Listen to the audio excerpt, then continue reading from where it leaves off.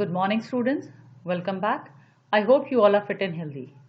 Today, we are discussing the concluding part of the chapter Poverty is a Challenge from our economic section. Today, we'll discuss causes of poverty, anti-poverty measures, and the challenges ahead. Now, what are causes of poverty? There were a number of causes for the widespread poverty in India. One historical reason is the low level of economic development under the British colonial administration. Bharat के अंदर गरीबी का मुख्य कारण था कि British राज के दौरान जो आर्थिक स्थिति हमारी थी. The policies of colonial government ruined traditional handicrafts and discouraged development of industries like textiles. The low rate of growth persisted until the 1980s. This resulted in less job opportunities and the low growth rate of incomes. This was accompanied by a high growth rate of population. अंग्रेजों की वजह से जो आर्थिक स्थितियां हमारी बिगड़ी थी, उनके जाने के बाद में भी उनके अंदर सुधार नहीं आ पाया और उसमें और बढ़ावा दे दिया बढ़ती हुई जनसंख्या ने. तो हमारी जो देश की आर्थिक स्थिति थी वो और ज्यादा कमजोर हो गई.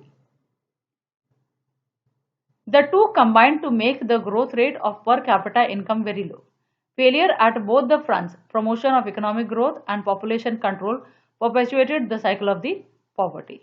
With the spread of irrigation and green revolution, many job opportunities were created in the agricultural sector, but the effects were limited to some parts of India. The industries, both in public and private sector, did provide some jobs, but these were not enough to absorb all job seekers.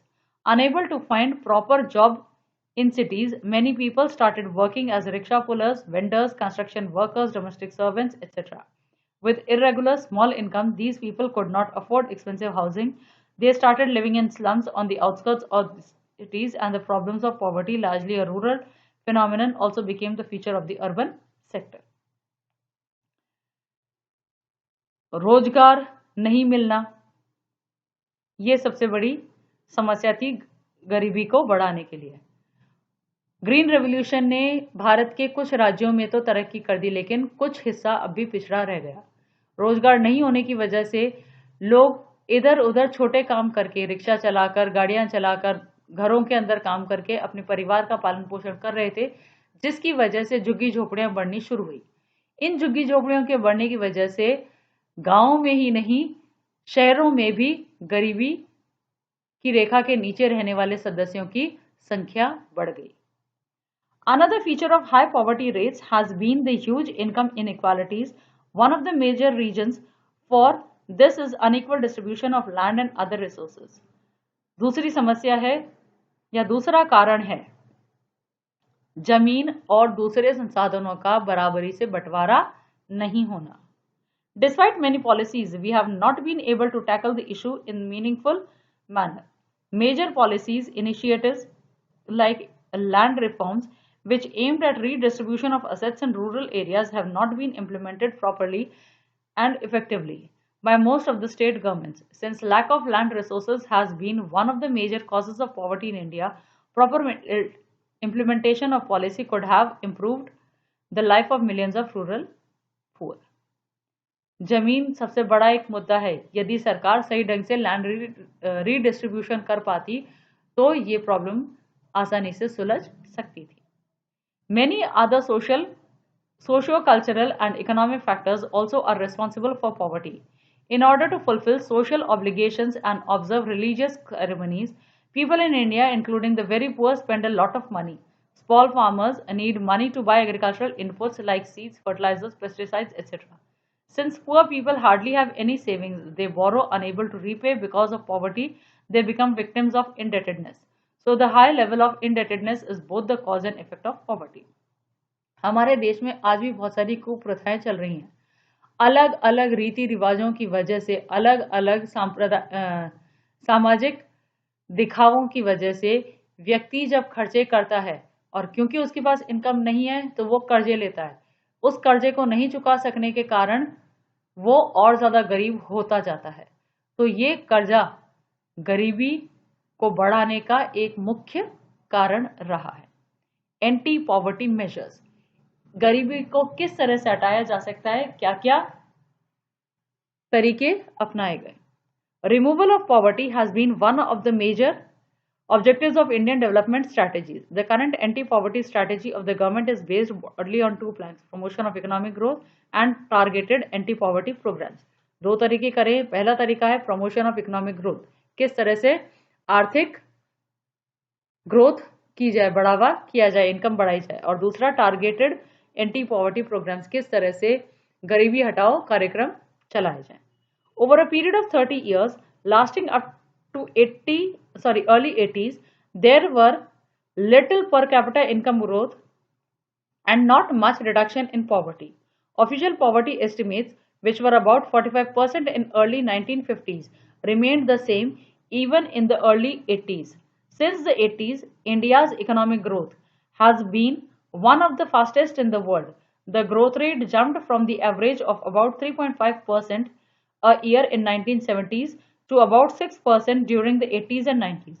Higher growth rates have helped significantly in the reduction of poverty.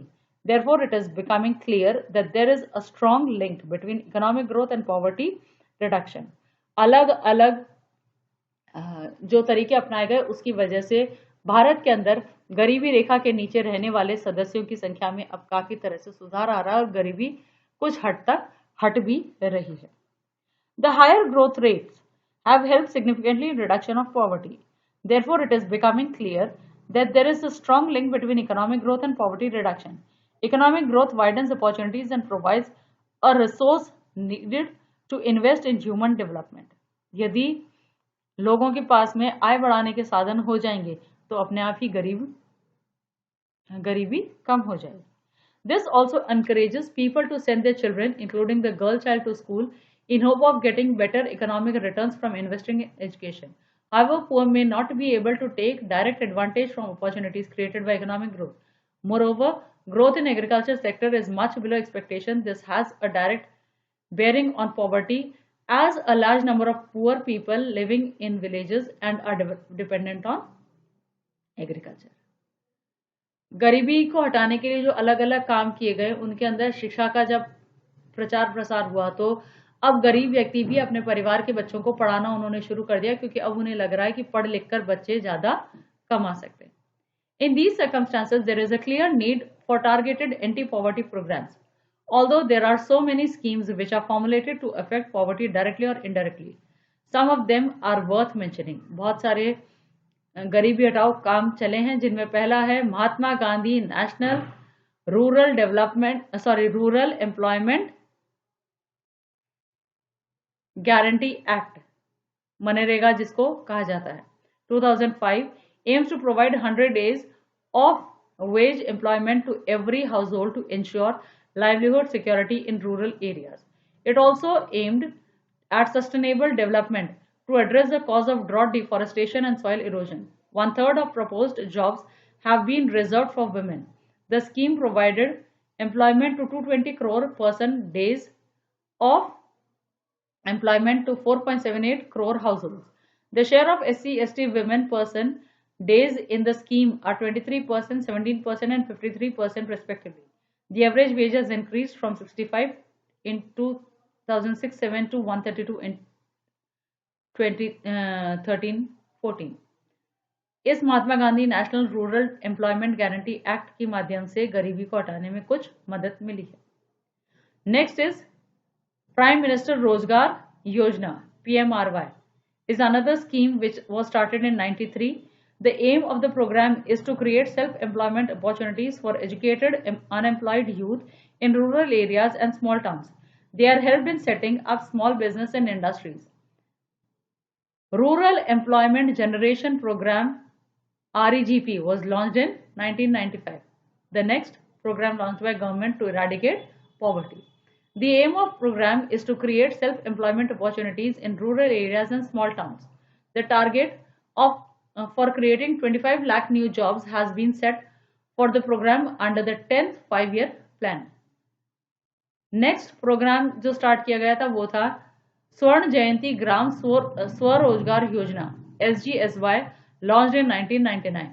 The program aims at bringing the assisted poor families above the poverty line by organizing them into self-help groups through a mix of bank credit and government subsidies. Next program started was Pradhan Mantri Gramoday Yojana, PMGY, launched in 2000. Additional central assistance is given to states for basic services such as primary health, primary education, rural shelter, rural drinking water, and rural electrification.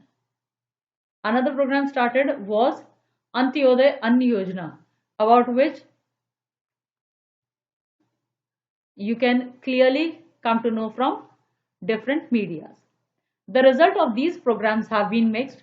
One of the major reasons for less effectiveness is the lack of proper implementation and right targeting. Moreover, there has been a lot of overlapping of schemes. Despite good intentions, the benefit of these schemes are not fully reached to the deserving poor. Therefore, major emphasis in recent years is on proper monitoring of all the poverty alleviation programs. हालांकि सरकार ने गरीबी को हटाने के लिए बहुत सारे कार्यक्रम शुरू किए, लेकिन सही तरीके से उनका क्रियान्वयन नहीं होने की वजह से सही व्यक्ति तक उसका लाभ नहीं पहुंच पाया, तो अब उसमें सुधार आना शुरू हुआ है. And the last topic is the challenges ahead. Poverty has certainly declined in India, but despite the progress, poverty reduction remains India's most compelling challenge. Wide disparities in poverty are visible between rural and urban areas and among different states. Certain social and economic groups are more vulnerable to poverty. Poverty reduction is expected to make better progress in the next 10 to 15 years. This would be possible mainly due to higher economic growth, increasing stress on universal free elementary education, declining population growth, increasing empowerment of the women and the economically weaker section. देश को अब भी बहुत सारी समस्याओं का सामना करना है, तभी वो जाके गरीबी को देश से हटा पाएगी. The official definition of poverty, however, captures only a limited part of what poverty really means to people. It is about a minimum subsistence level of living rather than a reasonable level of living. Many scholars advocate that we must broaden the concept into human poverty. A large number of people may have been able to feed themselves, but do they have education or shelter or healthcare or job security or self-concept? Are they free from caste and gender discrimination? Is the practice of child labor still common? Worldwide experience shows that with development, definition of what constitutes poverty also changes. गरीब तो है, अलग अलग जगह गरीबी को नापने का अलग अलग है, साधन गए हैं, तरीके अलग अलग है. बहुत जगह माना जाता है कि अगर सही खाना मिल रहा है तो व्यक्ति गरीब नहीं है, सही शिक्षा है तो व्यक्ति गरीब नहीं है, रहने के लिए घर है, अनाज है, कपड़े हैं, शिक्षा है, पानी की सुविधाएं हैं, ऐसी मूलभूत यदि सुविधाएं उनके पास में है तो व्यक्ति गरीब नहीं है. Eradication of poverty is always a moving target. Hopefully, we'll be able to provide the minimum necessary in terms of only income to all people by the end of next decade. But the target will move on for many of the bigger challenges that still remain, providing healthcare, education and job security for all, and achieving gender equality and dignity for the poor. These will be even bigger tasks.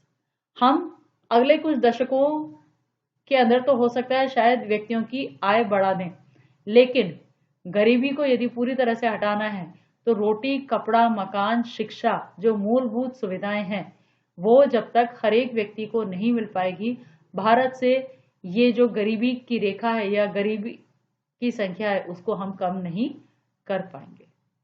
With this, we come to the end of the chapter. I hope you have understood it very well.